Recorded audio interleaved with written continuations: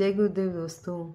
आज एक और मौन की गूंज से एक पन्ना जो पूज्य श्री श्री रविशंकर जी ने हमारे लिए लिखा है। चलिए देखते हैं कि क्या समझते हैं हम इससे।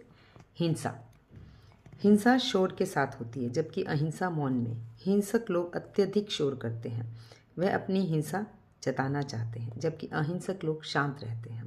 परंतु अब समय आ गया है कि अहिंसक लोग आवाज़ उठाएं और हिंसा को शांत कर सकें। अहिंसा का संदेश इतना बुलंद और स्पष्ट होना चाहिए कि बच्चे भी इसे सुन और समझ सकें। क्रोध और हिंसा को शर्म की दृष्टि से देखना होगा।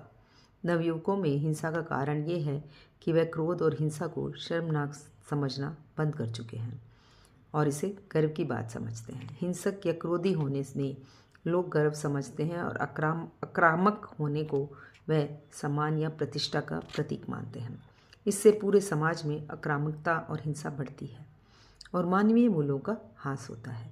कई चलचित्र और संगीत क्रोध, अवसाद, बदले की भावना इत्यादि को गुणान्वित करते हैं तथा युवकों को गलत प्रेरणा देते हैं।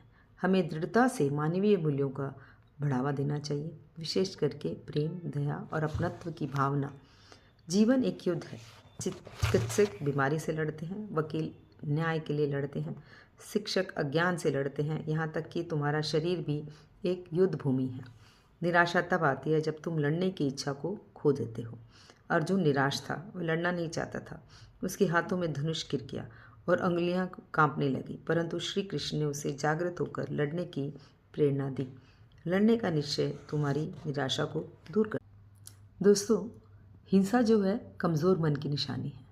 ये कमज़ोर मन ही हमें क्रोधित करवाता है और जो अंदर से सुदृढ़ होता है वो अहिंसा की बातों को अहिंसात्मक ढंग से ही रखता है, अपनी बात को अच्छे दम से रखता है, जिसको लोगों को मानना पड़ता है। तो हमें भी देखना होगा अपनी बातों को हम कैसे लोगों के सामने समक्ष रख सकें और अहिंसा का पालन करें। धन्यवाद दोस्तों।